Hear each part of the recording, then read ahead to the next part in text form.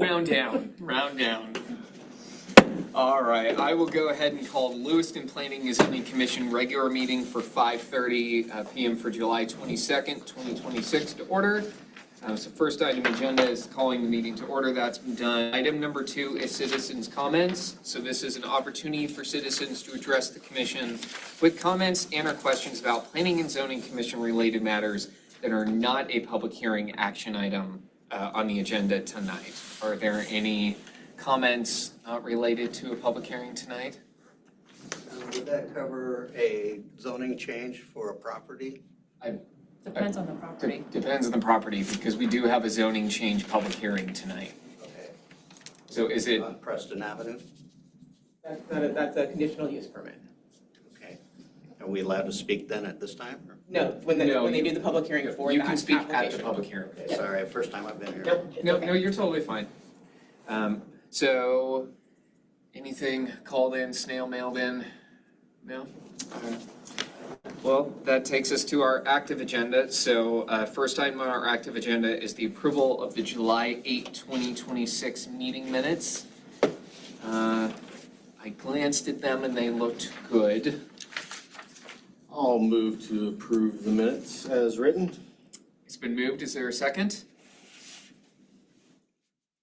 Can you say? I'll second. I mean, there were only 3 of us. So it's been moved and seconded. All in favor say aye. Aye. Aye. Any opposed? All right, motion carries.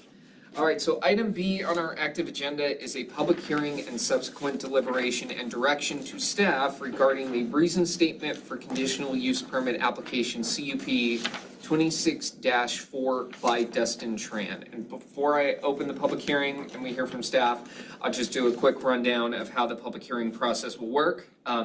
So I'll explain the public hearing process here, where I announce the subject of the public hearing. So once I open the public hearing, we will hear a staff presentation. Then the applicant will be able to provide testimony. After the applicant has provided testimony, then the public can provide testimony.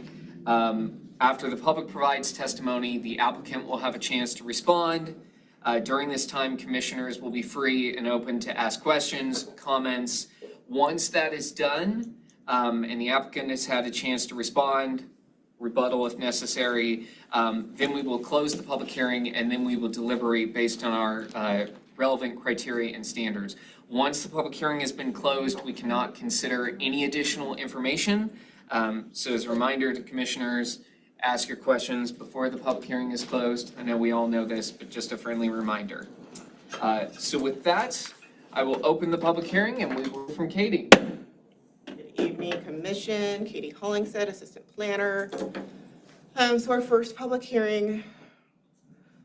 Dawn's done messing with the screens. I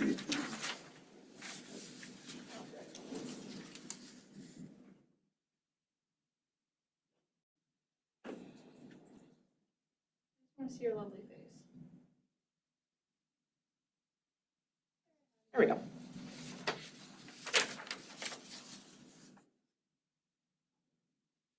Okay, so our first public hearing tonight is for conditional use permit CUP-26-4. This is a request for animal rights for a horse in the R2A zone with a request for an exception to standards. So like usual, we will go through maps and photos as we review my staff report that was included in your meeting packet. So the applicant is requesting a conditional use permit approval for animal rights in the R2A zone on a 0.70 acre parcel located at 422 Preston Avenue. You can see our property is right here. It's kind of a weird flag lot where it's much larger in the back than it is in the front. Applicant is requesting to place one horse on the property. Applicant is also asking for a waiver standard of 4,220 square feet from the half acre, which is 21,780 square feet, minimum livestock area. The applicant has a livestock area of approximately 17,560 square feet. This area here. So subject property is located in our R2A zone, which does allow for animal rights through the conditional use permit process. So on the map, you can see R2A is this kind of bright lemony yellow. There is some R3, which is this more orange yellow, and then the C3 corridor that goes along the 5th Street road. So surrounding properties are a mix of single-family dwellings and duplexes, with properties on the west and south having larger lots with adjacent pasture areas that touch the subject property's pasture area, with the exception of a duplex right here, and we'll see photos of that. Subject property is located in the middle of the block with an intersection of Preston Avenue and 5th Street. To the east over here, and then intersection of Preston Avenue and 4th Street, half a block to the west in the other direction. Subject property is located in our comprehensive plan future land use map designation of neighborhood residential. Neighborhood residential is a relatively low intensity, primarily residential place type, which is why we see it in that R2A zone so frequently. So again, the yellow color is that neighborhood residential, and then it moves into that neighborhood commercial in this red area, again, abutting that 5th Street corridor. And then some photos of the property. So the subject property is sort of a flag lot, like I showed on the map, with a single-family dwelling to the front of the property, and the rear of the property opens up to a larger pasture area in the back. So then looking at the surrounding neighborhood, I'm looking east on Preston Avenue. Subject property is on my right, over here by my lovely vehicle. It's slightly out of frame. So, just regular street. Have some kind of graveled parking areas. The driving surface of the street does not extend the full width of the right-of-way in this area. Single-family dwellings over here, and then we'll see a picture of that abutting duplex in a second. And then single-family dwellings across Preston Avenue to the north. And then looking west down Preston Avenue, again, mostly single-family dwellings. So this is the driveway to the back of the subject property. Their garage is situated behind their house, and then the pasture is farther behind that. And then into the subject property, so I'm now looking at this pasture area. So they have kind of this continuation of this kind of open drive area that goes the full length of their property, and then they have the fenced pasture area over here on the left side of the photo. And then I just kind of pivoted. So again, you can see the pasture area. This is a duplex that is also on a flag lot at 428 Preston Avenue. And it would be the closest residence to that pasture area. And then finally, so again, you can see the duplex here, you can see the pasture area over here, and then there's kind of like just this open space, and then a storage shed on the left-hand side. Back up to the map while we talk about it.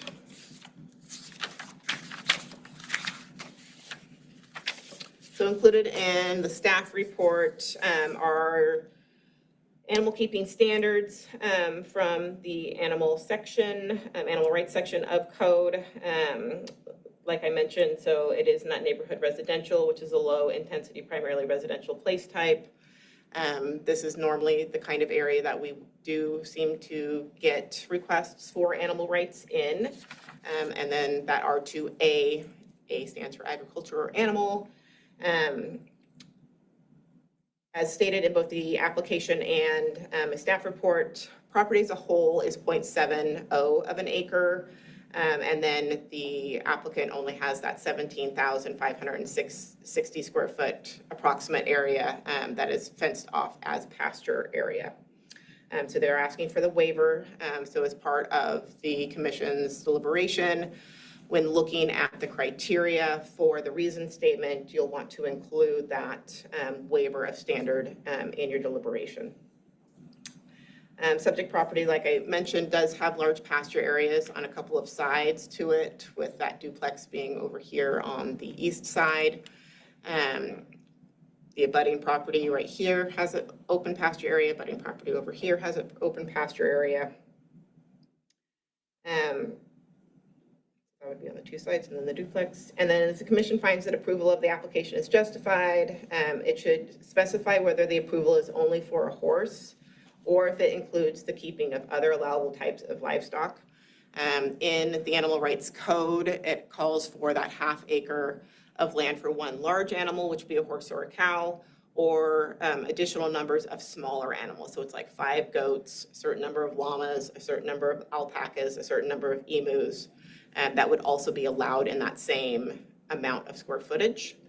I know in the past when the commission has had an animal rights application with a waiver of standard, they have considered whether or not to allow for all the animal types that would normally be allowed or to do a limitation to just a certain type of animal because conditional uses are recorded against the property and they do carry with the property. So the existing applicant, might just want a horse, but if the recorded reason statement allows for all the different animals that are listed under that part of Animal Rights Code, future owners of the property would be able to have something other than just a horse or just a cow. So something else for the commission just to consider as you're going through those criteria and standards and thinking about the neighborhood as a whole and what meets the criteria. And with that, I would stand for questions. So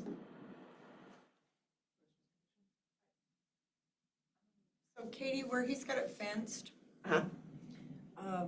If the fence was extended so it literally cut off went up to where it breaks. I think if I remember correctly, when I was measuring, when the applicant turned in their application, it would have to eat into this area that has like the storage shed, and then they have a separately fenced off like backyard with play equipment and stuff. They would have to utilize that also for the horse. So they lose their garage. Are you asking like if it extended out so they didn't need the variance? Is that what you're asking?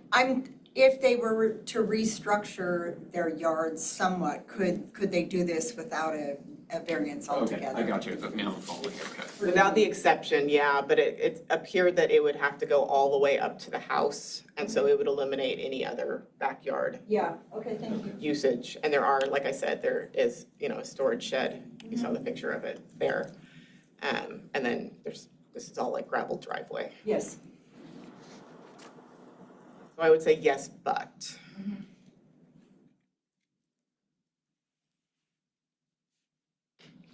Any other questions, Commission? Oh, one more. So you say grazing, don't laugh at me. You said grazing on I guess that would be the west and then south. What about where you actually have the word subject property? Is that also animal rights in that neighborhood? It's also R2A, yes. No, I meant, but when you indicated grazing, I'm assuming that. Oh, no, I said open pasture area. Okay. There aren't animals currently there that I'm aware Okay, thank you of. for that. That was the question. But it's just open, much like this is just an open area. It's an open area. Thank you for that. That was the question. With that, we will, if the applicant is present. We do have a representative who is able to speak to the application.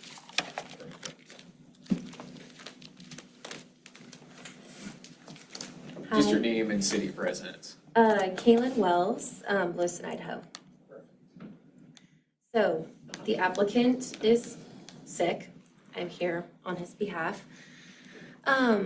Just to speak to the property in and of itself, because in my application I kind of spoke to aspects of basically all things that the animal would need to be safe, provided for, things like that.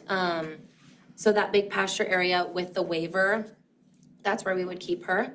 There is a barn structure. I don't know if you can see, it's on, would be the right side of the screen. So I guess east.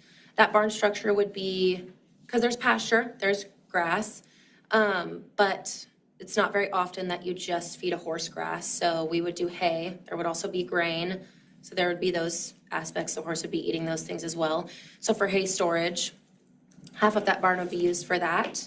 And then tack storage, so anything that we would need to groom the horse, things like that would be kept in the other half. It's split. That barn is split down the middle. As far as manure and upkeep on that stuff, pasture, I think, is monthly, needs to be cleaned. Monthly, the manure, but we would probably end up cleaning the pasture multiple times a week. Just because there are residences around and we wouldn't want that to become any type of nuisance for the community. Attraction of flies I see with manure. So there are things called fly predators that people who keep horses usually purchase and put around their property that kill flies and keep those numbers low. Inside of, and on the northeast, that would be the west side, there is that extension of, not the driveway, but it would be pasture outside of the fence. There's a large gate, so pulling the horse in and out would be on the property on that side. So when exiting, the horse would go out that way and then up towards the front. Inside of the pasture, there are no longer any like obstructions. There's no van, no jet skis, nothing like that inside of there anymore. Because up till now, for the last several months, there's been no animals kept there. So it hasn't necessarily been upkept as far as keeping the grass super green, because there's nothing back there eating it. We've been using it sort of as, I would say, a storage for vehicles, jet skis, those types of things. So the pasture would need to be upkept, and the plan, if we're approved, for shelter for the animal, because obviously a horse needs shade. Any living thing needs to be able to get out of the sun in 100-degree weather. So at North 40, there are large structures specifically built for horses. They're around $700 though with the panels. So if the approval is not made, it's not currently sitting up there is what I'm trying to say. If the approval was made, we would go grab and put that in before she would be moved there. But that's not currently sitting back there. So I did want to address that because sitting out in the sun's not realistic. It could cause health issues for the horse. The horse, I'm assuming the horse would go into the barn at night. The horse would be in the shelter at night. So it would be like panels, and then there would be a roof structure going over. Okay. So it would almost open up like a gate type into the pasture. So yeah, she would go in there at night, and then she would be just grazing all day. Grazing is extremely good for a horse. Kept in stalls, they usually can't graze, so having a pasture area is very important for her. Right now, she's been kept in a stall with a long run, so we would like to move her here to give her more space to roam around in. But I feel like there was something else I was gonna say too. Water? Oh, yes, water. So we do have right in between the garage, it's not a garage, the shed and the north fence of the pasture, there is a faucet. So we run a hose out of that faucet, and then that's what we did. So we did keep sheep back there previously. We had 2 sheep back there, and we filled their watering troughs every single day. In the summer, it's extremely important to dump and refill water every single day because bacteria can grow in there. When the water gets super hot, generally the horses will refuse to drink if the water's extremely boiling hot, and sitting in 100-degree weather, not in the shade, it can definitely get really hot. So that would be the water situation for her. What else was I going to address? Oh, the fencing around the pasture it's consistent all the way throughout. It's not wood fencing on this side, metal fencing on the other side. It's all consistent fencing. So there's a sphere like, I guess that's maybe not a sphere, but a pole that kind of goes all the way around. It's the same height, and then there's like metal netting, almost metal net-like, and that goes all the way around the property as well. And has it been maintained? There is one spot, so actually back by the duplexes, someone, we're not quite sure who, hit the fence and did cause some damage, but there's no open hole. The fence just probably needs to be cut out and replaced in a small area. But like I said, there's definitely preparation that needs to be done before she moves up there. The grass needs to be watered. The shelter needs to be moved in. That particular area of the fence needs to be fixed. But other than that, it's actually designed quite well to keep a horse or a livestock animal back there. I couldn't imagine what else you would use that large space for that's fenced in.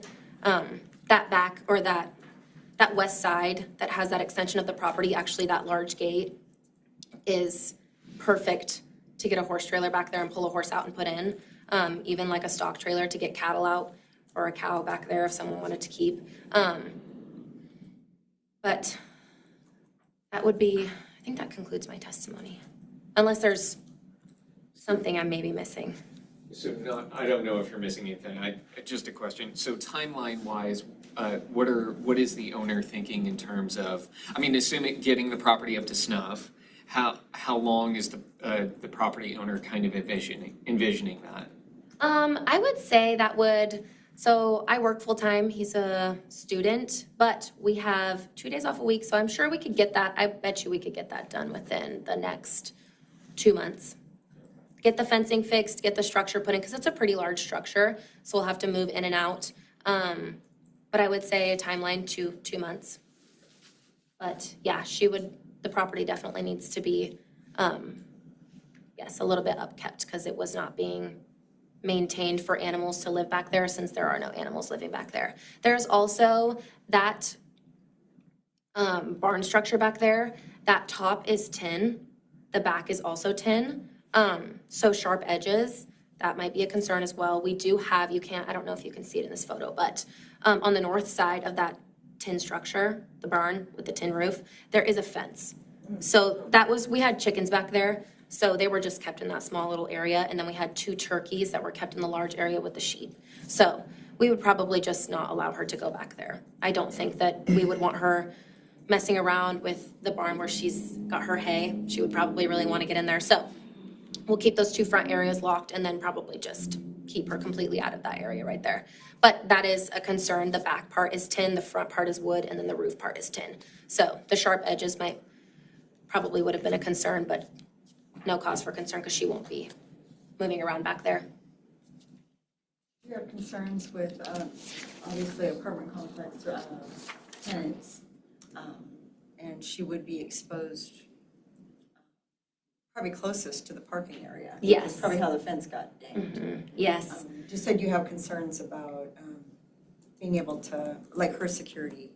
So as far as horses go, they're very, I would call them very spooky animals. They're very flighty. I wouldn't say that she would go in a direction where she would feel unsafe. So I don't think she would be quite sticking on that fence line super hard.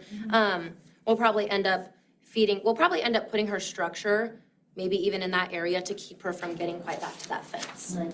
We've thought about that as well, just because that way that would keep those residents right there from worrying about their children reaching through the fence and something of that aspect. So that's probably how we'll do that. I was originally thinking of putting it in the southwest corner, but now I'm thinking, we've talked recently about putting that structure right back there, because there's a lot more space, and it would really help address any concerns we have for her safety as far as interacting with those residents, and those residents' safety as far as their children not knowing how to interact with horses and reaching through because that's always a possibility. I'm not quite sure how many children live in that complex, but if there are kids there, just eliminating that concern completely. Mm-hmm.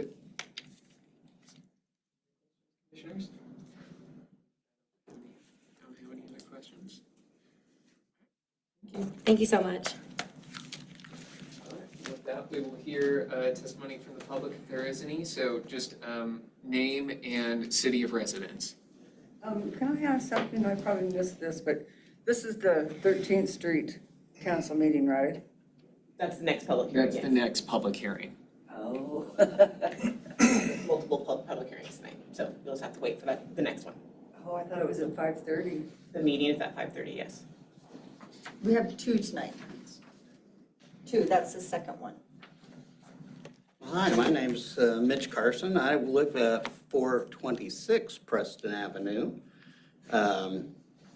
which if you see the fourplex there, that is my property just north of that. We actually share a driveway with the fourplex because that was all one unit from the Youngbergs years and years ago, and they divided the property.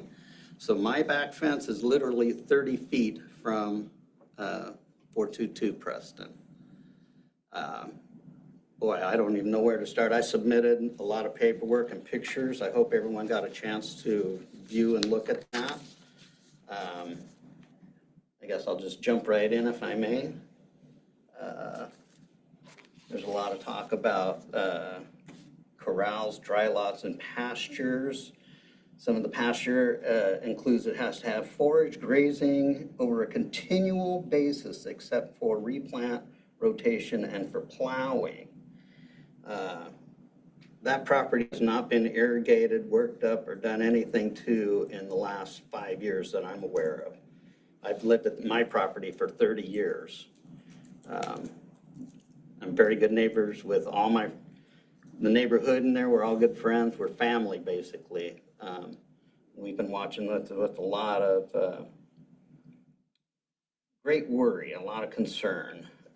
If you look through all the pictures I submitted, 1 through 6 and 8 through 14, it will show you that the property is dry. There is no viable grass for an animal back there. There is no shade for an animal back there.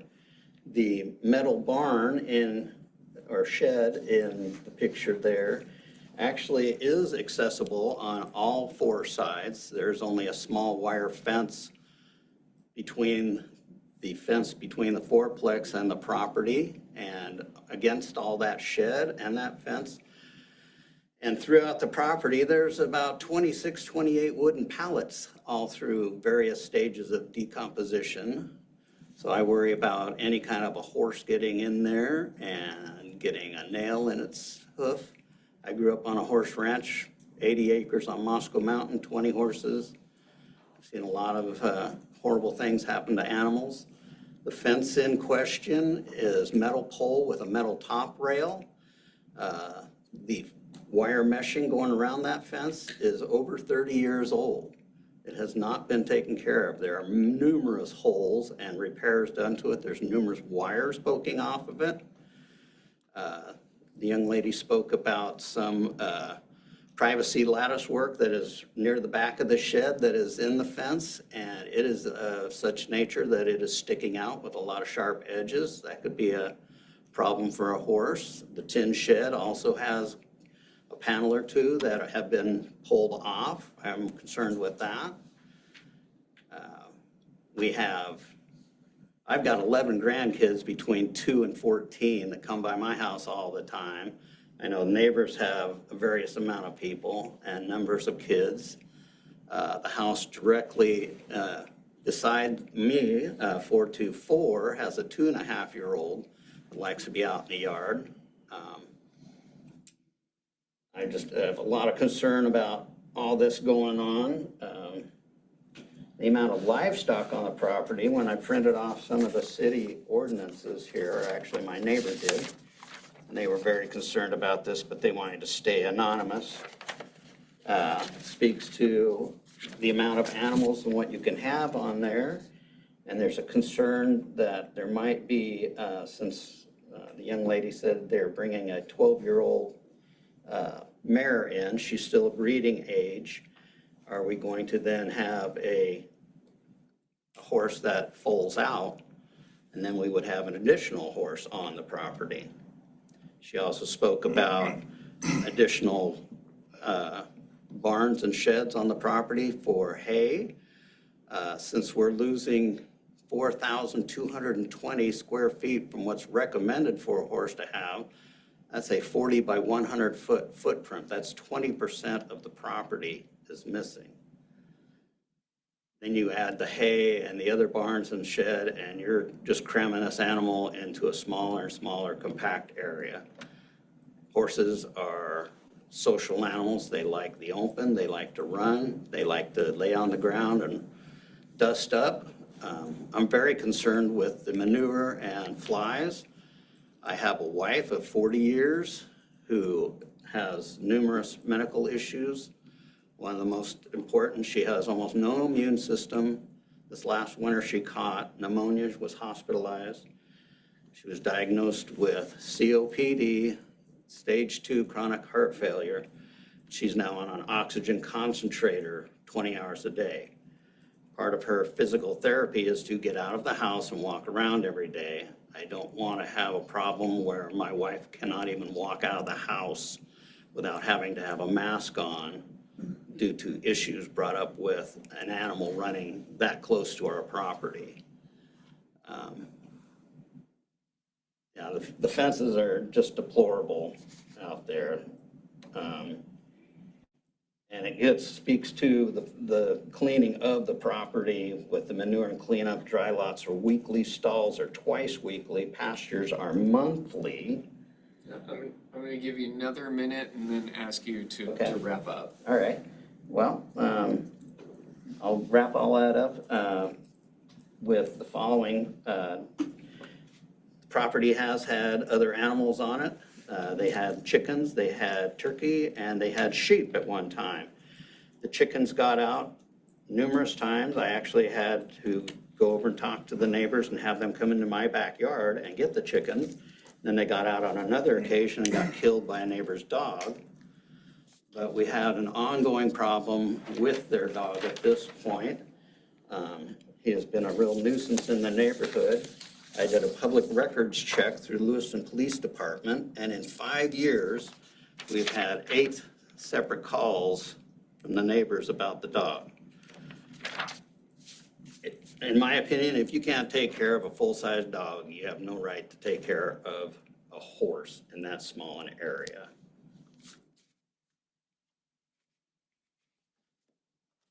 Thank you. Any questions for me, or? Okay, thank you. Yep. Is there any additional testimony? Yeah, let me hobble up here.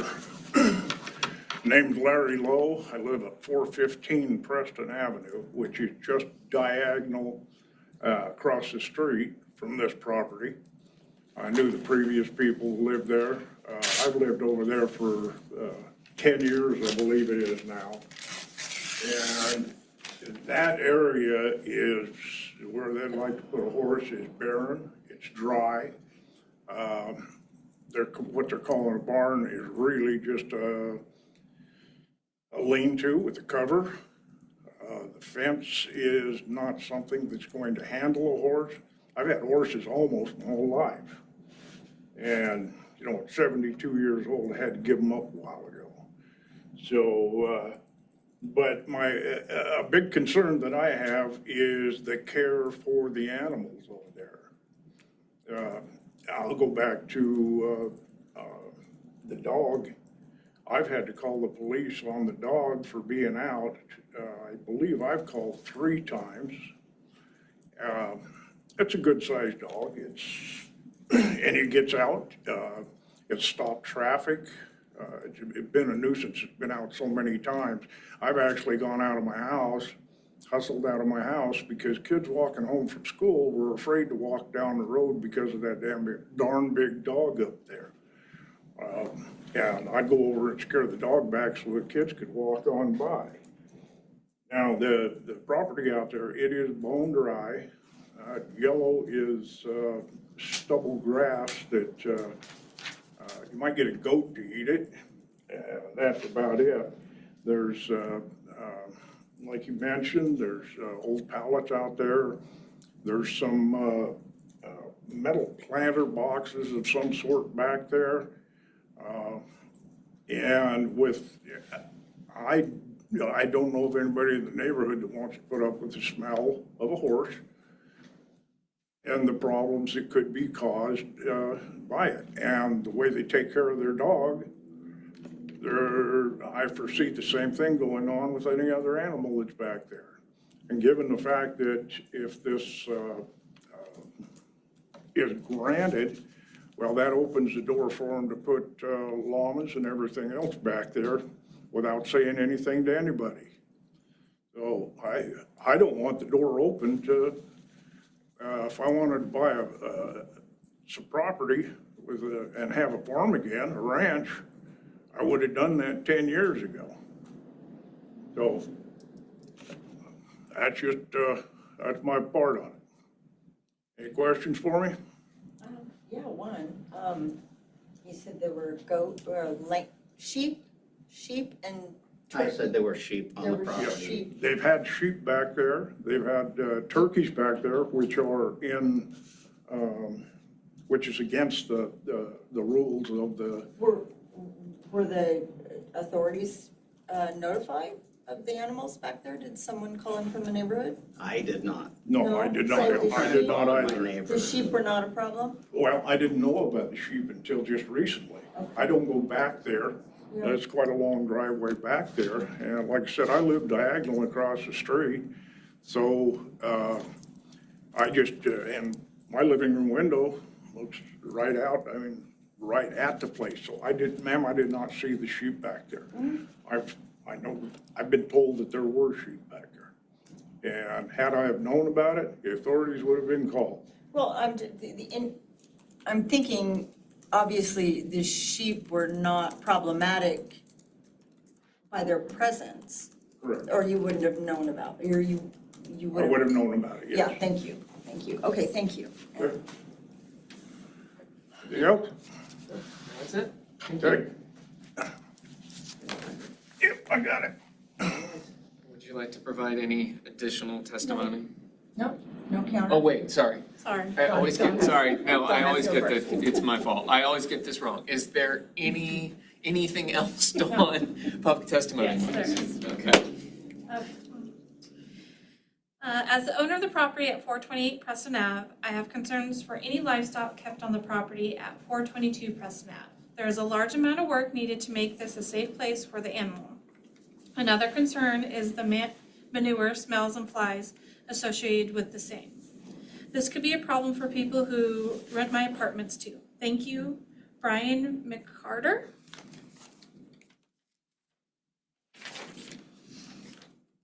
I am writing about the conditional use permit or zoning change to allow a horse on the property at 422 Preston Ave, Lewiston, Idaho. Although I am in the opinion that property owners should be to use their property as they see fit, I do have some concerns. Mainly that the property now is unkept and seems unsafe to be able to stable a horse. I do not think that adding a horse to the property is going to improve the upkeep, and am worried that the horse safety and neighborhood safety also.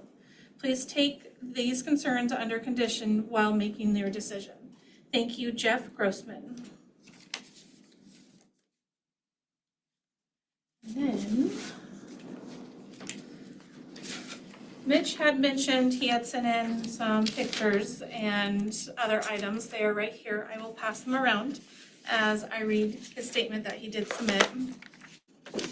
I am submitting a second letter about proposed zone change for property at 422 Preston Ave, Lewiston, Idaho. I have many concerns for this property and the impact it will have on the surrounding area. I am submitting these pictures, city ordinances, and my interpretation of the whole issue and my wife's health issue. I have a second batch of the pictures if you'd like those to pass around so it goes a little faster for you. Can we get copies of that? Because we need to give them to the applicant as well. Sorry, what? Just have the, She was sent copies. oh, okay.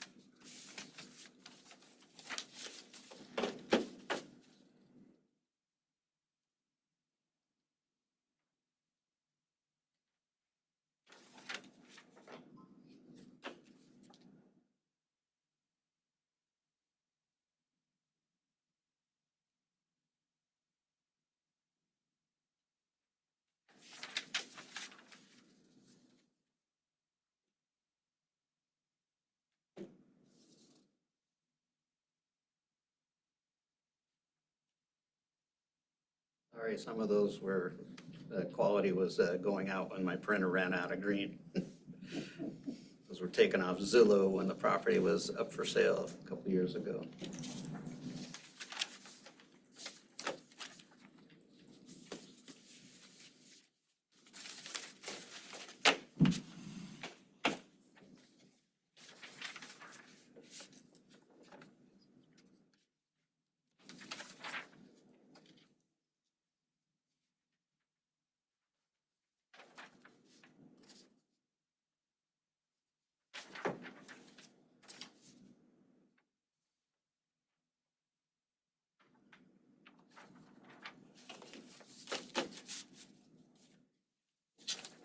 I know, thank you, get my papers mixed up.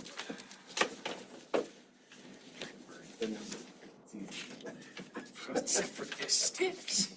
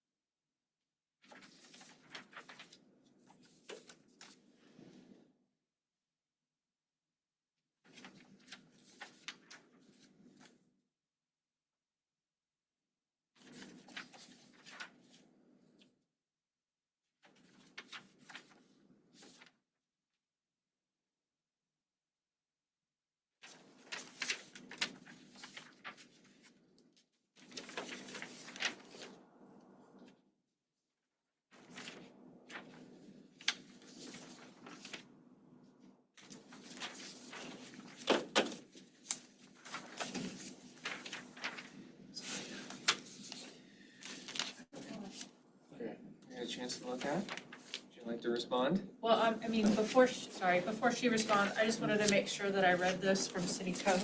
Okay. That way she can respond after me. Okay.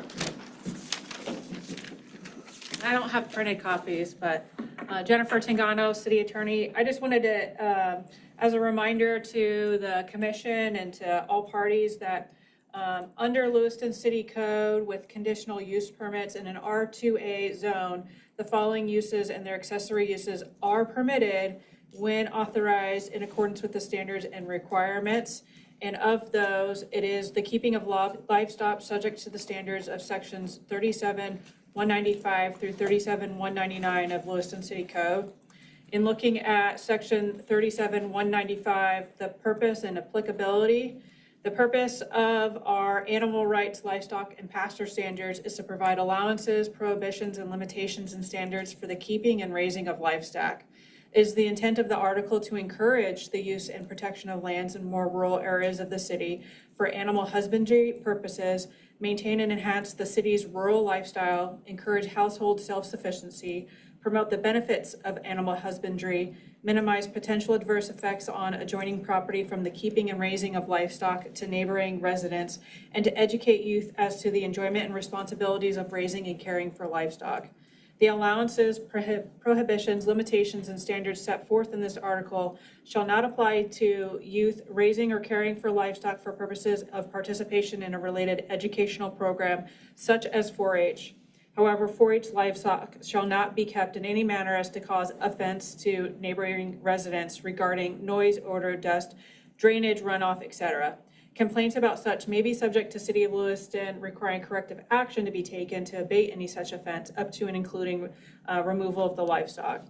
However, the City of Lewiston recognizes and supports the right to keep and raise livestock in keeping with the requirements of requirements established herein by right in the F2 zone and R1 zone and with a conditional use permit in the R2A zone. However, the keeping of poultry shall be allowed by right, subject to standards specified herein on any single family or duplex residential lot, except in the central business district. The City of Lewiston has determined that inconveniences or discomforts with the keeping of livestock shall not be considered a nuisance if operations are consistent with accepted customs and standards in the code section set forth in this article. So it's important to remember that Lewiston City Code does authorize the keeping of livestock so long as it is in conformance with city code. And the inconveniences like noise, flies, things of that nature are incidental to such keeping of animals. And while the commission should consider that as a potential nuisance, if the applicant is able to demonstrate or provide information on how they attempt to abate that, the city or the commission should take that into consideration. Additionally, the questions concerning, is this a pasture, is this a corral or dry lot? I do think that that is important for the commission to address during the public hearing and get that information, because it would be important to address as far as abating possible nuisances the manure cleanup, because that is probably one of the primary potential nuisances that may arise. So I would encourage the council to ask as many questions or elicit as much information as possible from not only the applicant, but from the members of the public or the representative of the applicant. I would also note too that the application is still missing one of the co-owners' signatures. So I would make the recommendation that if you do end up approving this application, that it's contingent on receiving the other property owner's signatures.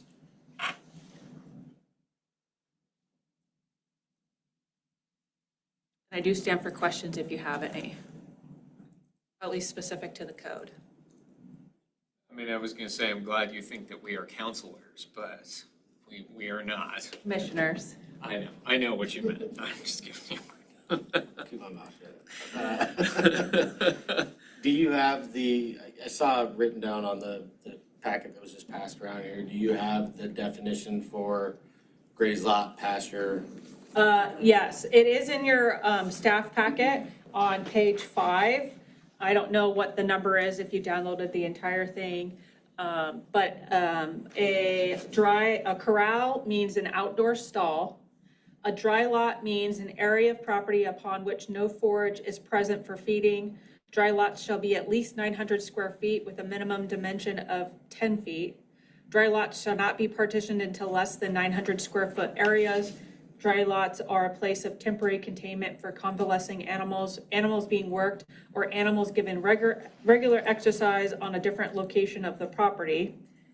Pasture means an area of property whereon forage for the type of livestock being grazed or otherwise confined is sustained over the entire area on a continual basis, except when the pasture is being rotated, plowed, or replanted.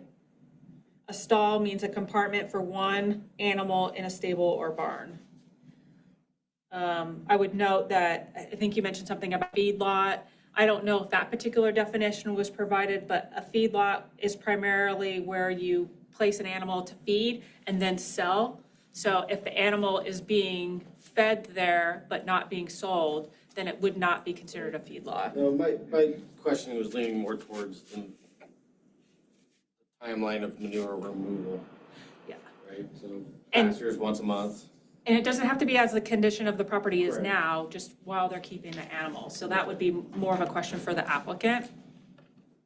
And that would follow, those conditions would follow the land, correct? The same as with the type of animal or types of animals. Yes, and I mean, the conditions, that type of designation is more towards enforcement guidelines. So the city of Lewiston works with property owners that keep animal to ensure proper keeping.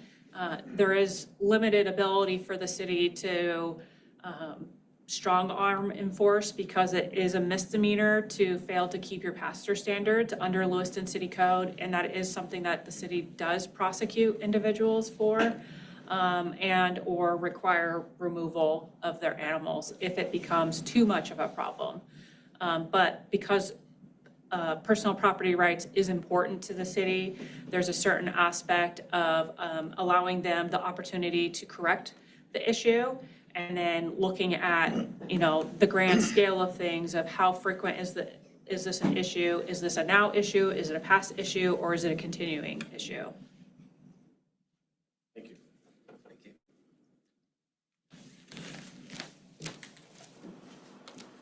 You may present. Thank you for your patience.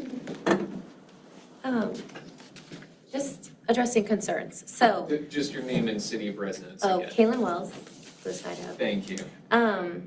Addressing concerns. So I'm not going to speak on the dog for too long because it's not mean, the hearing's not addressing us keeping the dog. The nuisance calls were from, I did look through that log, and the nuisance calls were from 2021 to 2023. He's had no recent issues at all in the last 3 years. So I will note that because I do think the timeline is important. He was a puppy, which of course, still responsible for keeping your dog inside of your yard, 100%.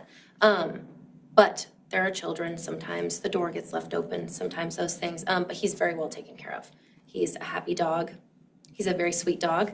That's all. I'll move on from there. He's very well taken care of. The nails in the pallets surrounding the trees, because there are specific pallets around the trees, just to protect them, keep the growth going up because they're small trees.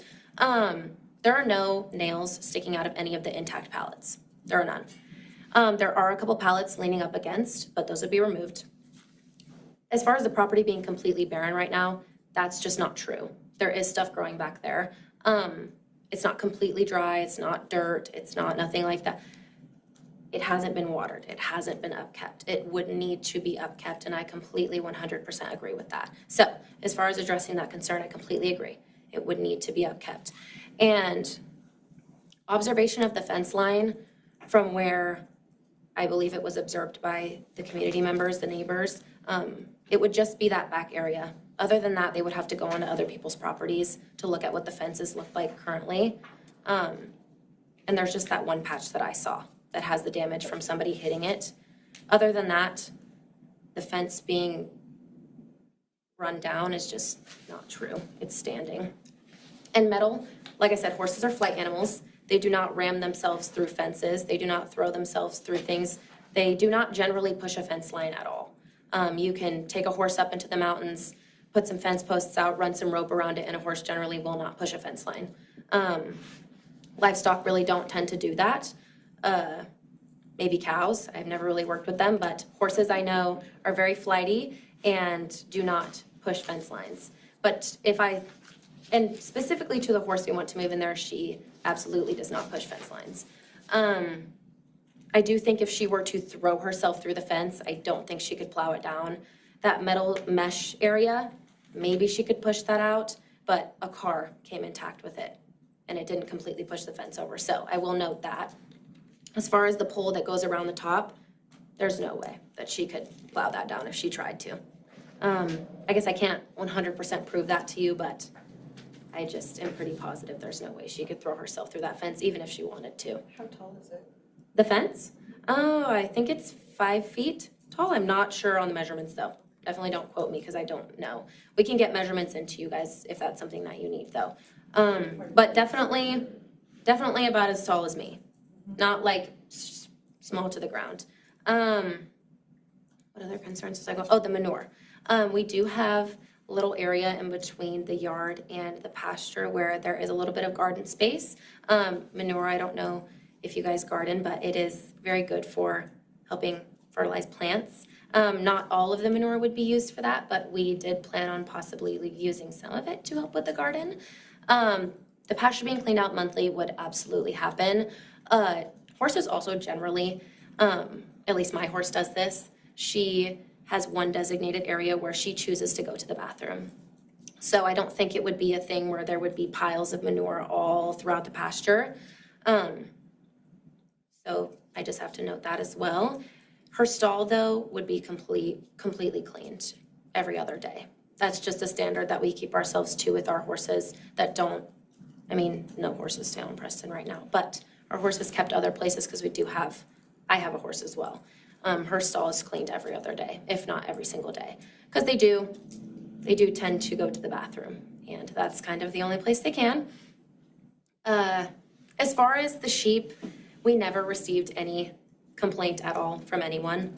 No surrounding neighbors. And our direct neighbor to the west, we're very, very close with. His name is Ron Englewood. He's, I would say, knows better than anyone, being close to the property where we kept the animals. I think he would have had some type of issue with it if there was a large concern being raised with those animals.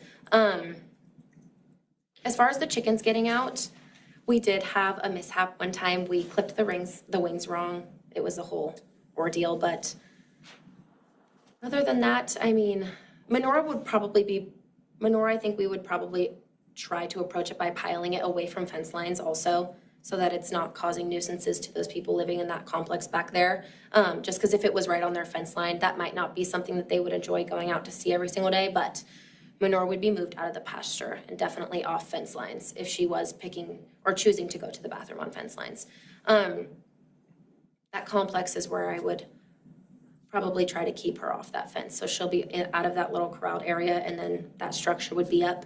I think there was a concern with the structure as well, but I previously explained that we would have a large structure up for her. So she would have shade, water, ample food. She'll have the forage on the ground, hay daily. She would be fed hay daily, and then the grain and supplements. Outside of town is where I keep my horse, and in the pasture that she's in, I know it's a completely different zone. There's not much grazing in there. She goes out still because simulating grazing is really important for them, so she picks off the ground, but it's very, I mean, all year round when it's super dry, it's very hard to keep super green grass everywhere. I mean, even in your front yards, your backyards, it's definitely, I would say, difficult to keep 100% green grass on such a large area. But the property would be kept up. I think that's all I wanted to address. Do I take questions? Commissioners, if you have any questions. I do have one. It appeared in the photos that were handed out that on that fourplex fence line where it was hit, appears to be like a little gate that's chained shut. Mm-hmm. Is that permanently fixed? Is that something, yeah, is it like welded shut? Is it something that somebody just cut the lock off of and open it? No, it's got a chain around it that locks it, and then it is attached on the other side because it moves like a gate. Right. Yes. I did have something I just thought of as well, because I know that there was health concerns brought up. COPD, from what I understand, is a lung issue. So that would make me think air quality. As far as, so Dustin, the person that I'm here representing, he actually has asthma. He's had it his entire life. He's around hay, the horse, manure regularly. He doesn't seem to have any issues with his lungs, which I'm not saying would relate to another individual, but as far as our back pasture in relation to the front area of their home, that's just a large distance for any type of air pollution to go. I would think hay would cause an issue with breathing if you were super, super close to it and you were breathing in, but you'd have to be standing right over it. I do have another question. It was brought to our attention that there's a signature missing from a property owner. Mm-hmm. Who owns the property? Is it your? So it's Dustin's father. Okay. The missing signature would be his wife. So, yep. I wasn't aware that, I thought that his father could sign and then he could sign as the applicant. I wasn't aware we needed every single person or both people in the home. And I'm assuming they're on board with. Yes. I can get her signature. So Dustin's a first generation American. His parents are both Vietnamese. They're not very good with their phones and making signatures and that kind of stuff. So I need to reprint it for her so she can sign it. I was gonna try and have her do it on the phone, but I just don't think I'm gonna have good luck with that. So I'll have to reprint and get that signature from her, but yes, she is on board. That's his father's wife. Parents are the same way. I'd say it might have something to do with her not having a phone for super long, but she's. There are no other questions? Thank you. Katie, can I ask you a question? Yeah. Has this may be a dumb question, but has this area always been an R2A zone? Has it always been zoned R2A?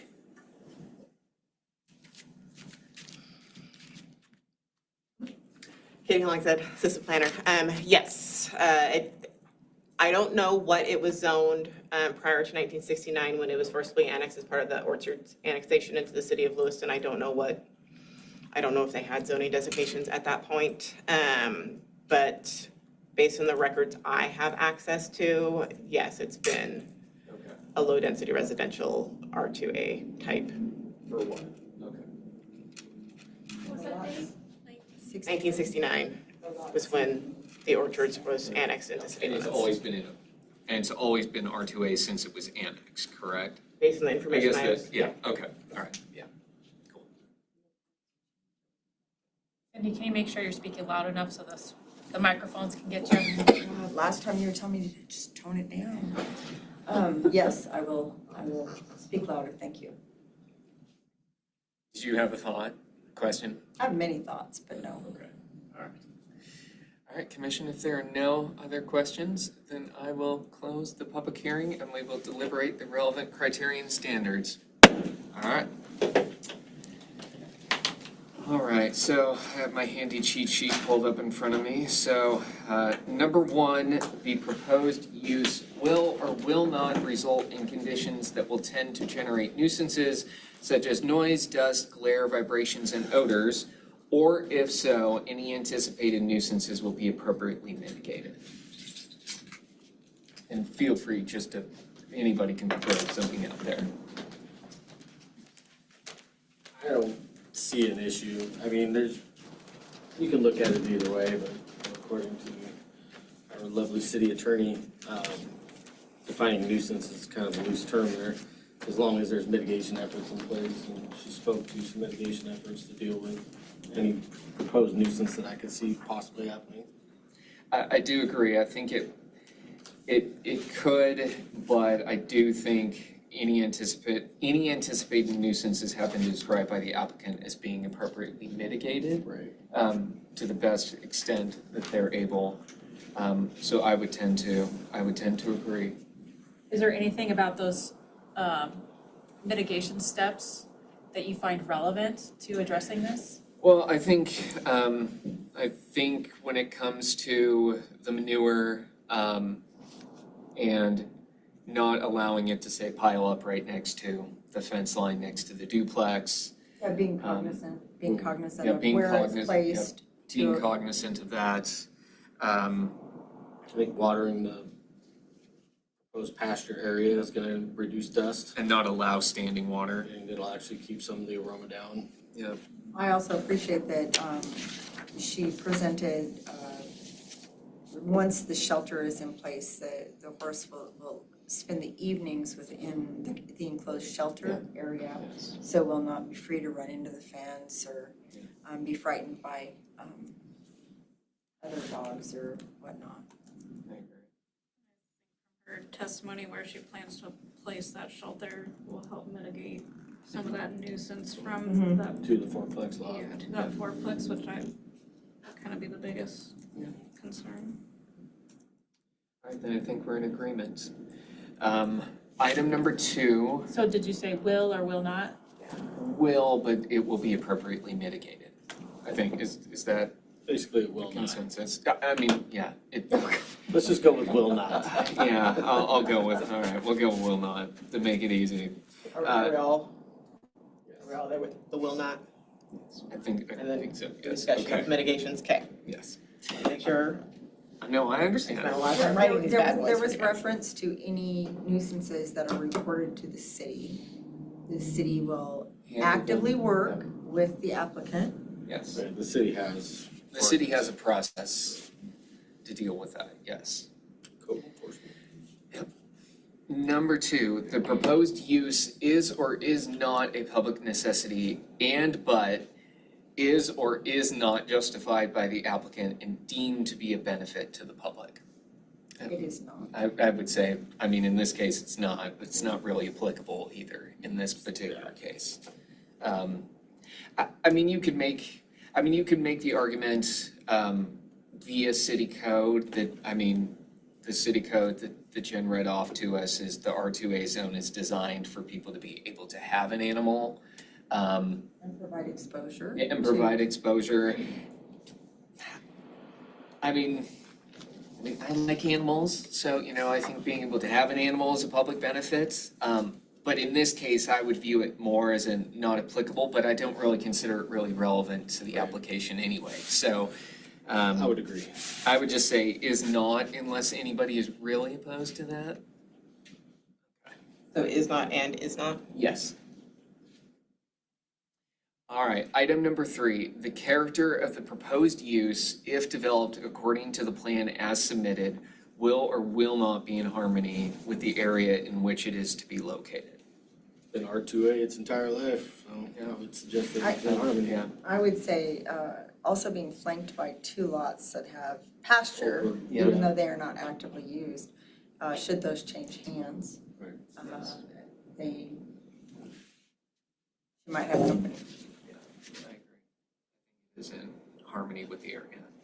Shay, do you agree? I would agree. That's why people seek out those lots. Yeah, exactly. All right, item number 4, the proposed use will or will not endanger the environment or the public health or safety. I don't think it will. No, I think based on the mitigation measures that the applicant has discussed around things like manure, irrigating that property, not allowing standing water, Well, and there didn't appear to be any major slope that's gonna slope into somebody else's property if there's Right. heavy rain that's gonna flush whatever. And the only concern that I think that I came probably with is an animal escaping, and it sounds like metal posts and metal top rail, and this particular horse not being a leaner, so Well, it's hopefully. definitely not gonna go under the top rail. Yeah, no, but it would prevent somebody waking up and having a horse in their flower bed, so. Yes, yeah, Even if we were to, this were to be approved and there were other animals, there's still a fence to help keep the animals in. Make sure you speak up. The fence would provide containment for any other animals as well. will not.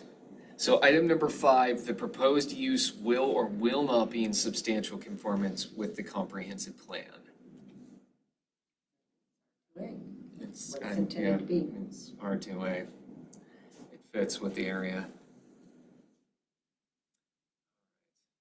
Item number 6, pursuant to Idaho Code 67-6512, the conditional use permit may be granted subject to the ability of political subdivisions, including school districts, to provide services for the proposed use. We didn't receive any applicable commentary, unless I missed it in the staff report, so just say NA on that one. Concur. And then item number 7, the proposed rezone is or is not in conformance with Idaho Code 67-6537, use of surface. Rezone or conditional use? Oh, the reason statement is. Oh, it says proposed Incorrect. rezone. The CUP is or is not in conformance, yep, with Idaho Code 67-6537, use of surface and groundwater. We didn't hear any testimony related to it, and it's not really applicable, so.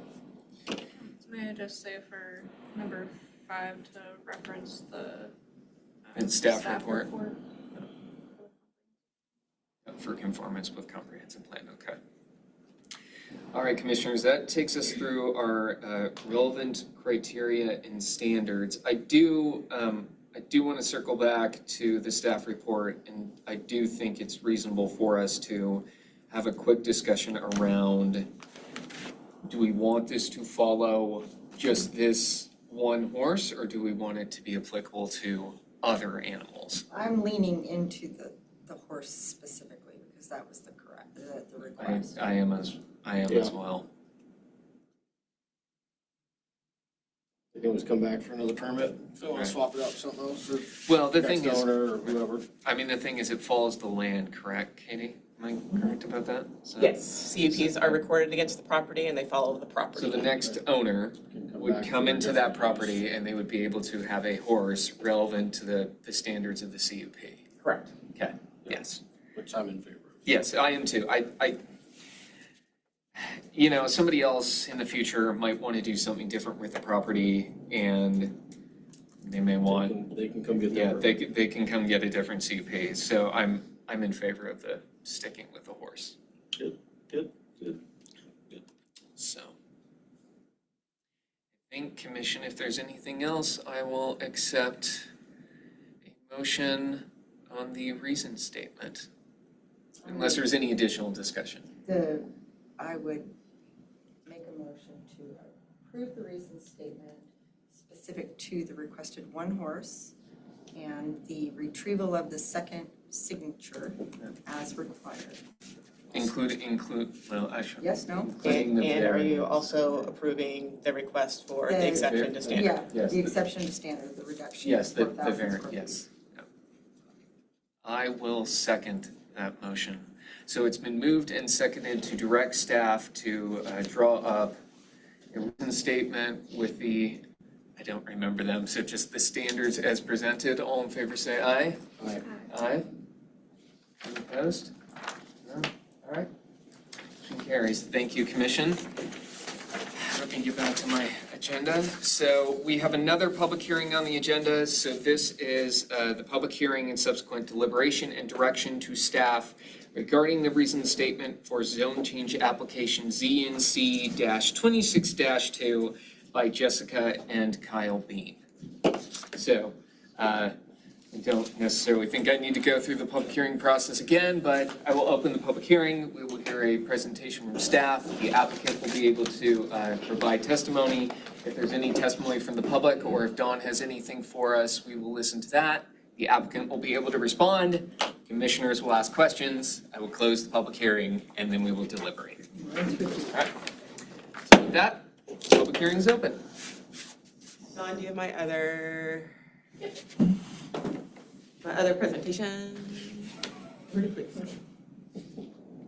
Can you just tell us about? Can't you just wing it? Like, you don't have this memorized? No, I cannot. There is no winging. I need my slides in front of me. I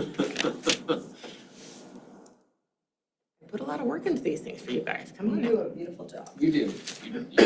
Okay, Commission, Katie Hollingshead, Assistant Planner.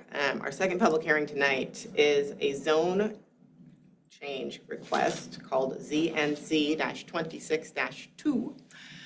This is a request by Jessica and Kyle Bean to rezone a 2.01 acre parcel of land from low-density residential R2A zone to medium-density residential R3 zone.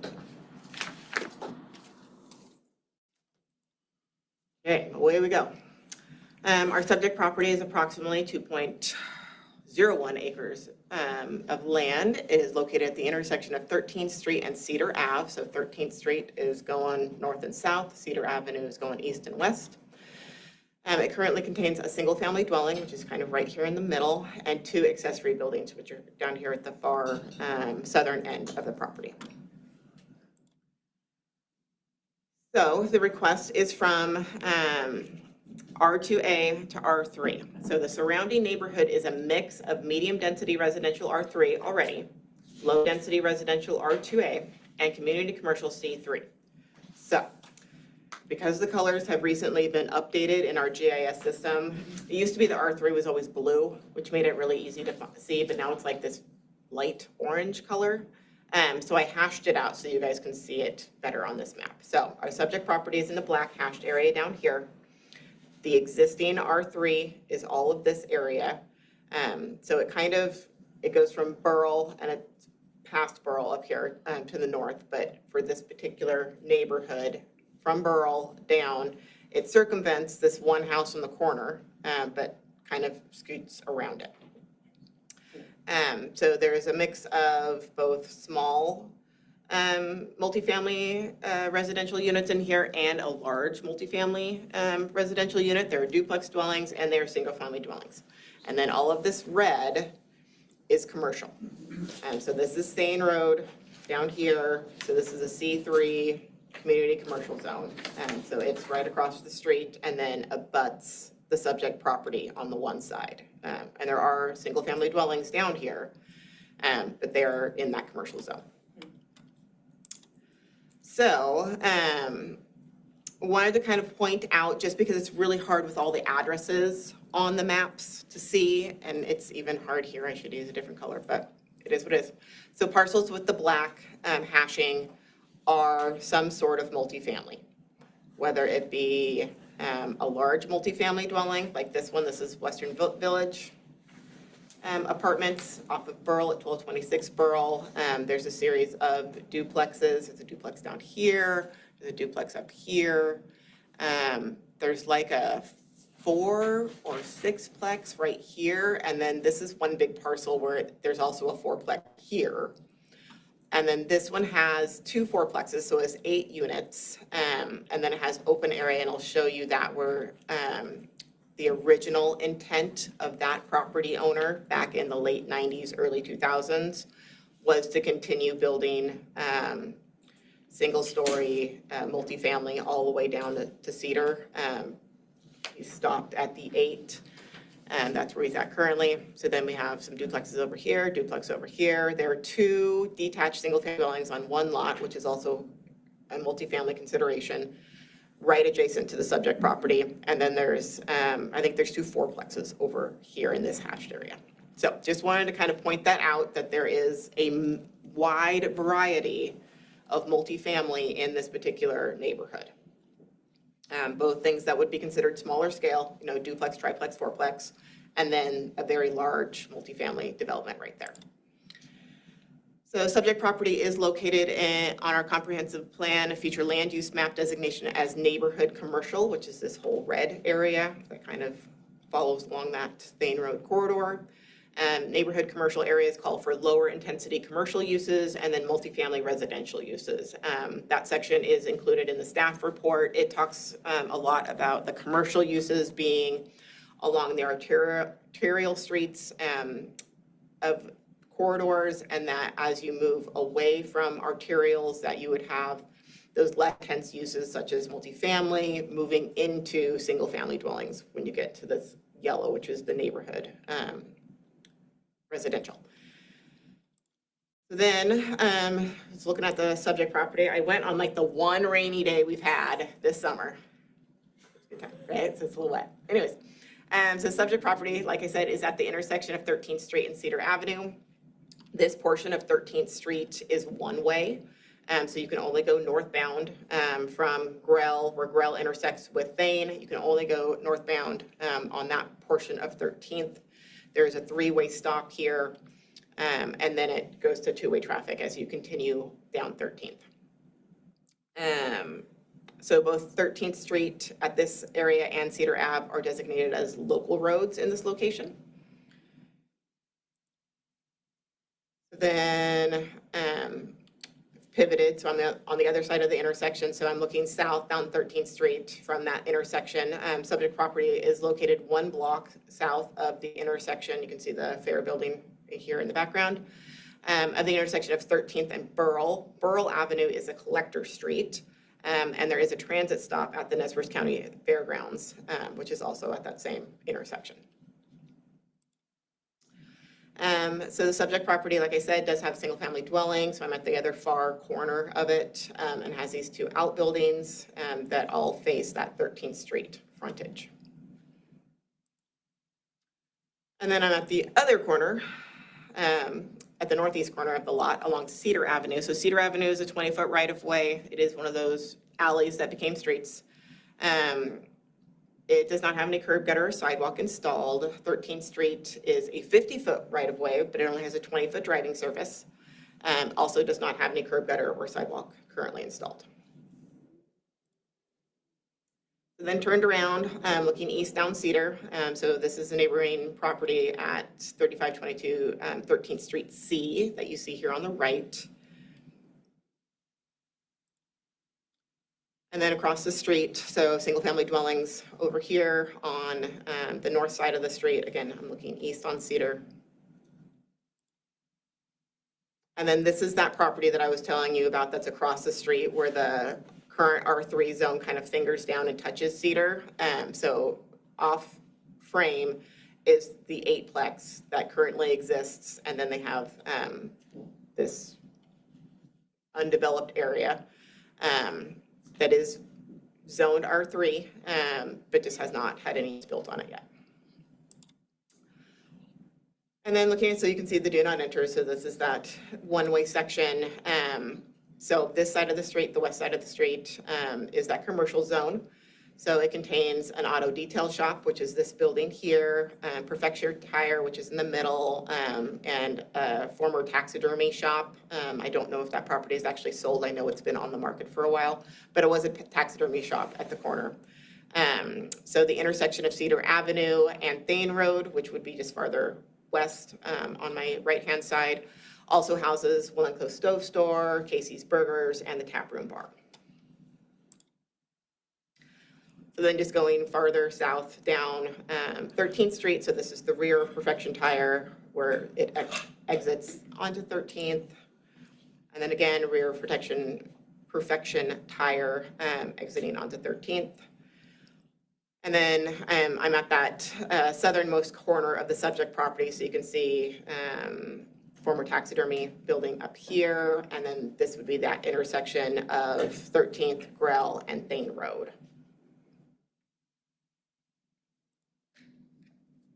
And then just looking the other way, so this is going west on Cedar Avenue, so this side is that commercial development, and so some of those exit onto Cedar also. And then just for fun, this is one of the things I do as a planner. I did look at the property under its current zoning and how it could be split up. So this is a rough layout. I am not an engineer. I am not a surveyor. I like to play with graph paper, okay? So this is a rough layout of how the subject property could be subdivided under the current R2A zoning. So this takes into account that they need a 70-foot wide frontage, they need to be at least 100 feet deep, they need to be 7,500 square feet in total size, or they need to meet the standards for flag lots, which is what these 3 lots would be. So utilizing those current rules, 18 dwelling units, so each of these lots would be able to hold a single family dwelling and an accessory dwelling unit. 18 dwelling units could be built on this 2-acre parcel without any additional approvals from the Planning and Zoning Commission. They could go to an engineer and a surveyor, they could draw this up, they could submit for a subdivision plat, as is. So I marked, because the frontage is longer on Cedar, you would see more of your driveway accesses go off Cedar than you would on 13th. So the black X's represent a driveway access that would then come out onto Cedar. There were public comments provided with the packet and sent to you between the packet and today, and I believe Dawn has additional ones to read during that portion of the meeting. With concerns about traffic, we also have Pat Severance with engineering, can speak to traffic also a little bit. But I just wanted to point out that a single family development could potentially introduce more driveway approaches into the current roadway system than something with a multifamily nature. So that is what I have for you on that. And then Barney Metz from Lewiston Orchards Irrigation District was unable to attend the meeting, but he did send some comments, so I just wanted to provide those to the commission. So he said the Lewiston Orchards Irrigation District should be able to serve the proposed unit increase with a zone change from a maximum of 18 units, which what is I'm showing you now would be allowed under the R2A, up to 55 units, which would be the maximum number of units that could be built on this property under the R3. Do I physically think you could put 55 units in there? Probably not, but that's what the code says you could do based on the square footage. It is the Lewiston Orchards Irrigation District's understanding after visiting with the applicants, who are here for questions if you have them, that they hope to do a modular home park like the one that is off of 15th and Airway. If they move forward with that, and depending on density, they should be able to serve their development from the existing main lines in 13th Street to the west of their property. Any other proposal and the Lewiston Orchards Irrigation District would need to see the proposed development and weigh its impacts on the system. And then the Lewiston Orchards Irrigation District can do a review to determine if we can accept it as is, or if it will need additional infrastructure improvements to the domestic water mains. So, and additional infrastructure improvements would be at the cost of the applicant. So just FYI. And so those were his comments there. I'm gonna roll back up to this one. Make sure I've hit all my things. So in the staff report, I did do the math for you guys. And under the proposed medium-density R3 zone, subject property could be developed into multifamily dwellings such as apartments, and based on that 2 acres of land, could be developed with up to 55 units. But I did make the comment that if that was physically possible to fit on there. So a reminder, also included in the staff report, you can cover 50% of the property with buildings if it is in that R3 zone. You can cover 40% under its current zoning, which is the R2A. And then you would also have to, so say they did want to max out, right? Say you wanted to put 55 units on here. So A, you have to figure out how to do that in 1 acre of land. And then B, you have to fit 55 parking stalls in there. And a standard parking stall is 9 feet wide by 18.5 feet deep, and you have to provide a 26-foot backup aisle for those parking stalls.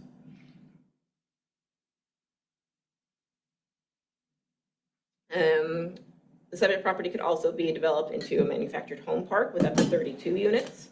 It would then have to meet the standards from Lewiston City Code Chapter 23, which covers spacing, setbacks from property lines, into drive aisles, all of those things.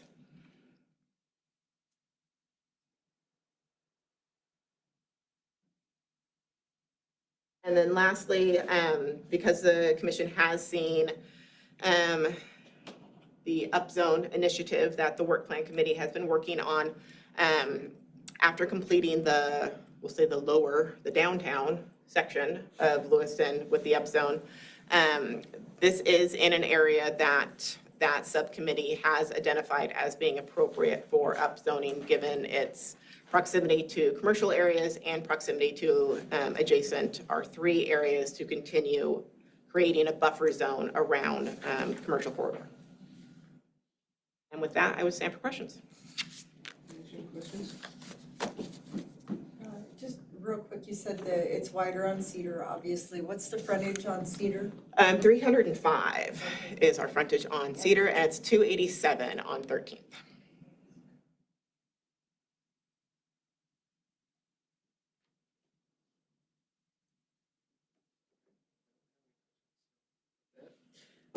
Thank you, Katie. Okay. We'll hear from the applicant or applicants who would like to present. So just your name and city of residence. Kyle Bean, Lewiston, Idaho. I'll make this short and simple and you guys can ask questions. You know, our ultimate preliminary stages of this is the manufactured home part, especially like a 55 and older. We're in real estate. We see the need for this type of living with prices of homes just getting higher and higher and higher.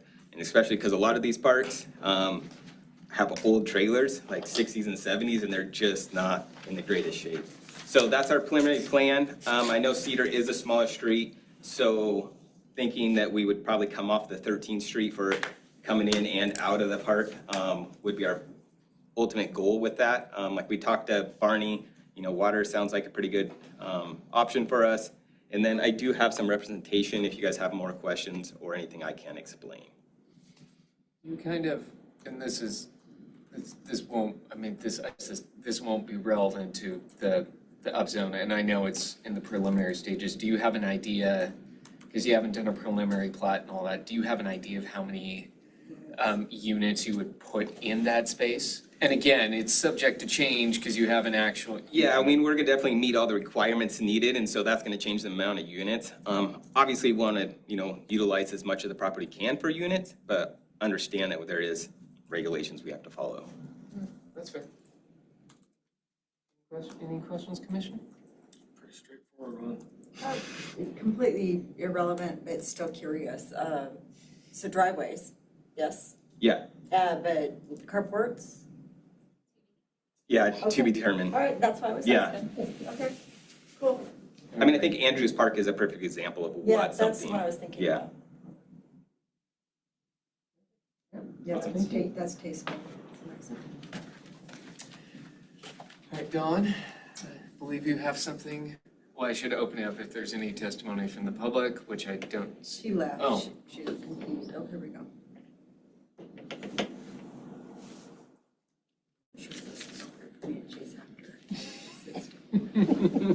My name is Nuri Nimmer with Hodge and Associates in Moscow. And I speak on behalf of the applicants Jessica and Kyle Bean, and property owner JK Bean LLC, in support of the zone change application ZNC 26-2, which requests reclassification of the 2.01 acre property at 3525 13th Street from low-density residential R2A to medium-density residential R3. We respectfully urge the Commission to recommend approval of this application to the City Council based upon the following facts and findings. Conformance with the comprehensive plan. The requested R3 designation is in conformance with the Lewiston Comprehensive Plan. The subject property carries a neighborhood commercial future land use designation, under which the plan expressly lists residential multi-unit as a supporting use and recommends a residential density of 8 or more dwelling units per acre. The existing R2A zoning cannot deliver that density, R3 can. Approval would align the zoning map with the land use policy the city has already adopted for the property. Suitability of the site. The property is at least as well suited, or arguably better suited to R3 than its current R2 designation. The site sits directly between the community commercial corridor along Thane Road and 13th Street to the west and south, and established R3 zoning to the north. R3 provides the intensity step down the comprehensive plan calls for between commercial and lower density residential use. R2A does not perform that transitional function nearly as effective. There are no foreseen irremediable impacts. The proposed rezone does not present foreseen irremediable impacts of incompatible uses. R3 zoning already exists immediately to the north of the subject property. Approval simply extends the established pattern 1 block south rather than introducing a new or incompatible use into the area. Notably, the Community Development Department's own staff analysis observes that by a right, R2A subdivision of this parcel would generate more driveway curb cuts onto Cedar Avenue than a multifamily development under R3, meaning that the rezone may reduce rather than increase certain traffic-related impacts relative to what is already allowed outright today.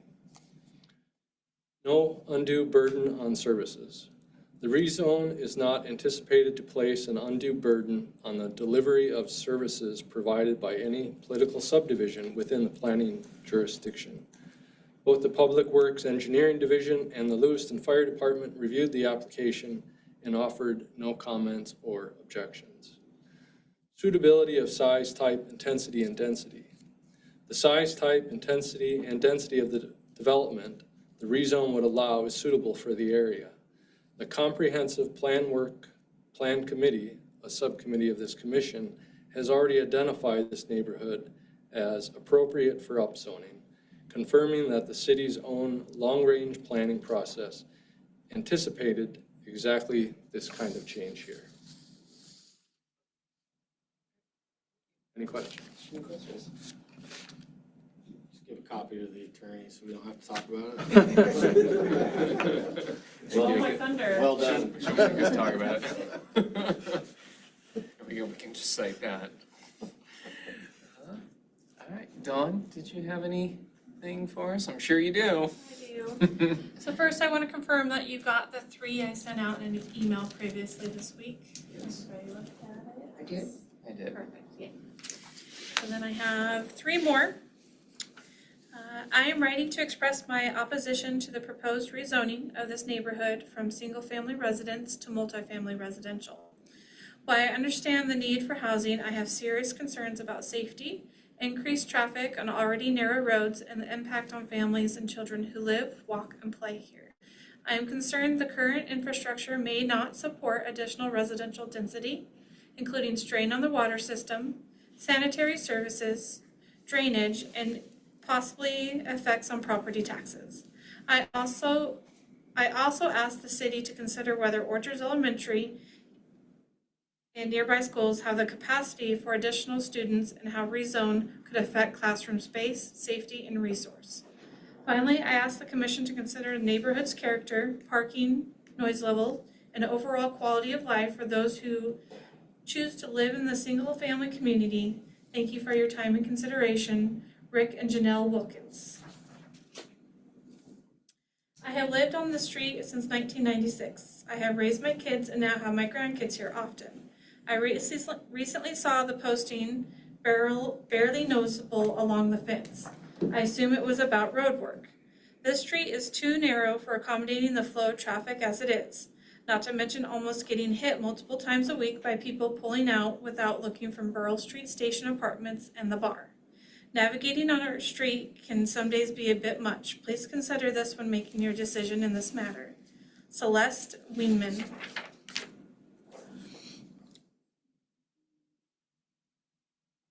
My name is James Parkin. I am the owner at 1311 Cedar Ave. My property is very close to 3525 13th Street, and anything constructed on the property will be in view of my property. Changes to the zoning of that property will undoubtedly affect the value of my property. Its proximity to my property will essentially change the zoning for me. At this time, the property next to mine is cleared for I don't know what. Will the owner of that property be asking for a rezoning? Will there be condos or apartments being built all around my property?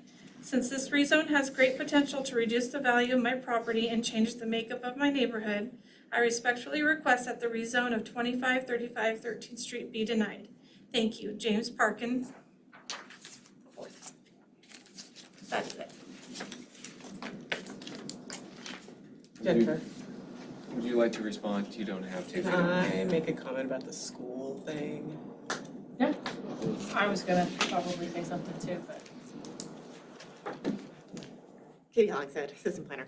I will speak just briefly to the school thing that was brought up about overcrowding in classrooms. So last year, the Lewiston School District did a redistricting for the 7 elementary schools. I was a member of that committee and worked for about 6 months with numerous other people on redrawing the maps of who goes to what neighborhood school. And so it was a very intensive effort where they literally like have a count of where every single child lives and they put them on a map. And then we redrew maps to ensure that schools that are losing students because of the proximity of students to them, and then the general push of houses going to the east orchards rather than the downtown areas. Maps were redrawn so that additional students go to Whitman, to Webster, to McSorley. So those boundaries were kind of extended.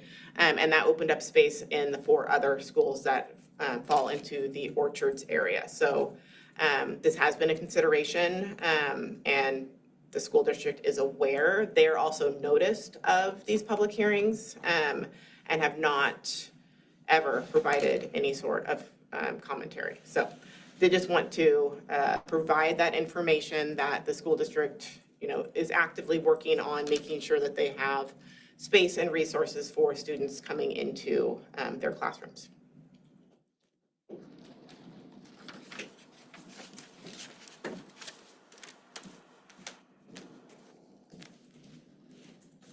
Jennifer Tangano, City Attorney.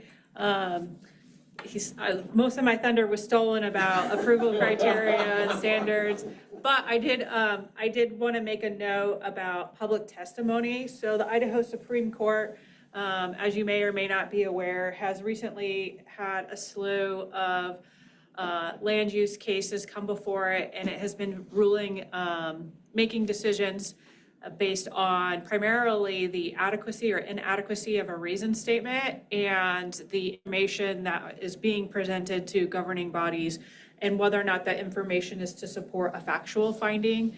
One of the things that our planning and zoning, I feel like, is fairly good about is indicating why it's making the decision that it's making. One of the things that I know that we tend to emphasize is reliance on what has been presented at the meeting that leads you to make your decision. And one of the things in a recent case 2024 and 2025, in Renaissance Project Development LLC versus Twin Falls County. One of the primary considerations there that the court noted was an important limitation to establishing your factual findings and supporting your testimony is that public testimony alone is not a factual finding. And as much as the city appreciates citizen input, the testimony without something more isn't usually enough to demonstrate that infrastructure doesn't meet the needs or that a school can't support it. Importantly, the local political subdivisions and the local utilities that support these areas are provided notice and an opportunity to comment. And in those instances when those political subdivisions or utilities are not able to provide support for the infrastructure, they will comment, or they will say, we need to do X, Y, Z before we can determine capacity.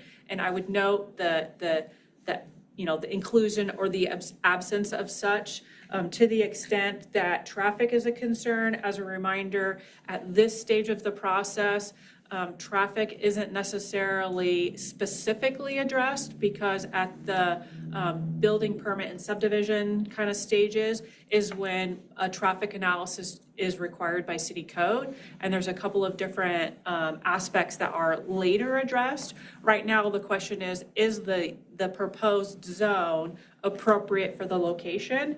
And traditional guidance says that if it meets the comp plan, if it meets city code, and if there is sufficient information to demonstrate that it is otherwise in compliance with local and state laws, then the commission shall approve the application. And so, and you have to base your decision on the information presented during this meeting, whether that's, testimony or otherwise. And, the testimony that's provided helps guide you. But if you're going to say that testimony supports, something, you'll have to be sure to address that and identify that extra something that testimony supports. If and I know we've addressed this many times, if people are concerned about lowering property values, they should bring something from a real estate agent or something else. If they're concerned about traffic accidents because of the prevalence of such, they should bring something showing the prevalence of traffic accidents and so forth. Unfortunately, a lot of Lewiston doesn't have sidewalks. We have a lot of narrow areas based on historical development practices before the Orchards was annexed into the city of Lewiston. And those are factors that the city nor the individual property owners can necessarily change unless they're A, willing to dedicate their property to the city to widen the rights of way and start installing sidewalks on their properties, in which cases most people don't and they don't want to. And so those are traditional factors that, as land gets developed, we shouldn't stop people from that development because as, the information that you gather shows, land is being developed, growth is occurring. Infill growth is what the city is trying to encourage as a result, or as identified by our upzoning project. And so infill growth is preferred because the growth is coming. It's just, do we sprawl out and become a wider city, or do we become more dense? And traditionally the preference is to become more dense. So those are my comments related to that. If you have any other questions, then I'm available as far as statute and that kind of stuff. Thank you. I was going to say density tends to be cheaper Yes. for everybody. Yeah. Well, I mean, just considering Lewiston's growth pattern, so. Density pays off faster That's true too. than sprawl. That's true. And it is easier, can be easier on public services. All right, well, with that, Commission, if there's The applicants have the ability to rebut. Oh, but you're good? You still have to give them the opportunity. Well, I did the first time, but have then, to state but then it for you the and Kate, record. but then you and Katie had to steal the thunder, so. But A lot of thunder tonight, a lot of thunder. Yeah, right. It's confirmed. All right. Public hearing is closed. All right, so relevant criterion standards. So number one, the proposed rezone is or is not in general conformance with the Lewiston Comprehensive Plan. I would say it is. I would agree. Why? Ask the lawyer. Just joking, sorry. All the zoning around it currently is R3 anyways, except for a handful of small properties. Future comprehensive plan is gonna push it for commercial residential anyways. This is a prime example of a property that should be getting rezoned to fit that barrier that we're gonna be looking for, that buffer zone. I mean, and this goes into this technically goes into, this technically goes into number 5, but also, as Kyle said, just there's R3 already around it. Like touching it. Except for that one property that's gonna make you mad. Yeah, I know, but that's one of those weird island properties. Instead of a county island, it's an R2 island. Are there items from the staff report? I was gonna say, and entering the staff report into the public record. I mean, technically, it already is in public record, but, all right, if we're all in agreement. Number 2, the subject property is or is not at least as well suited or is better suited for the proposed zoning district than the existing zoning district. I would say it is. Yeah, for a 2 acre. Yeah. It's currently sitting on. Yeah. And again, it's Ideal. surrounded by R3.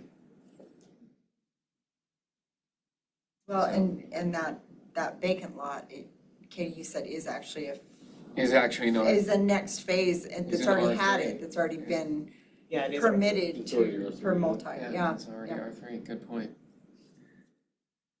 So number 3, the proposed rezone does or does not present foreseen imitable impacts of incompatible uses of development being located in the same vicinity.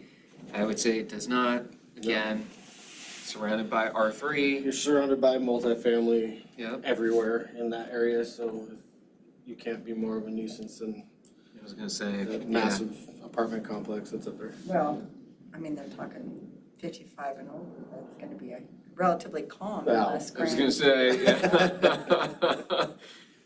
I it don't know. will Unless minimize. it's 55 and over. Or- Party hard as it get older. Look, we like our coffee early in the morning and we like birds, so.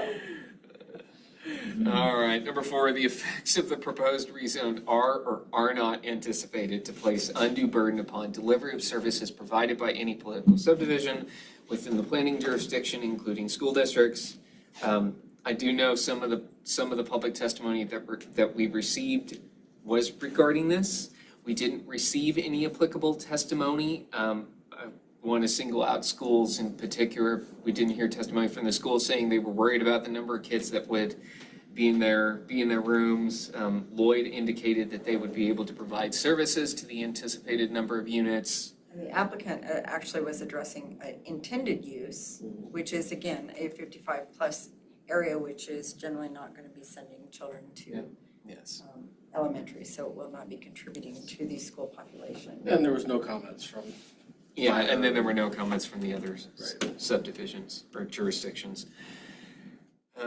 So number 5, the size, type, intensity, and density of development expected to occur on the subject property as a result of the rezoning is or is not suitable for the area and will or will not unduly burden the neighborhood, public infrastructure, or environmental resources. I think Katie addressed what could Right. take place without any rezoning. And it sounds like the proposed zone change and intended use would actually be less, It's impactful. Yeah, you'd have less impact on Cedar. And again, everything there is multifamily Yeah, currently. yes, So yeah. it can't become a issue for another multifamily. Yeah, I mean, we're not talking about sticking a commercial right smack dab in the middle of a residential. I think for a rezone, that's where you would run into issues, but for this, I mean, we're in such an early stage of the process that, again, it's hard to argue, it would be hard to argue the hypothetical even that, oh yeah, they're guaranteed to put 55 units in, they're all gonna flood Cedar, here's the public infrastructure problem, until you get to that point where that's a plan, if it ever is. It's hard to say that it won't unless you run into like an incompatible use of a commercial and a residential. Correct. So I would say it is suitable for the area and will not unduly burden. I would agree. All right, number 6, last one. The proposed rezone is or is not in conformance with Idaho Code 67-6537, use of surface and groundwater. We heard no applicable testimony regarding it, so I would say not applicable. Not applicable. All right, Commission, we have gone through our relevant criteria and standards. With that, I will take a motion to direct staff to do something regarding this reason statement. Well, I guess I will move to direct the staff to draft a reason statement in approval of this applicant's rezone from R2 to R3 I will second that motion. as documented. All right, it's been moved and seconded. All in favor, say aye. Aye. Aye. None are opposed. Motion carries. All right, thank you. All right, that takes us off our active agenda, and now on to item number 4, staff commission communications. Next regular meeting is August 12th, so we do have an extra week because July is long. So we'll have the 2 reason statements, and we have a public hearing on a zoning code amendment. Anybody unable to attend? Gonna get back to you. As long as you promise to actually get back to me. Don't make her call you. I will call you again. Yeah, anybody unable? Should be able to. I think I'm fine. And then B, Commissioner Anderson did submit a resignation letter to us this morning. She's had some life changes and is unable to dedicate the time to the commission anymore. So we do have an open seat, so the clerk will be pushing that advertisement out.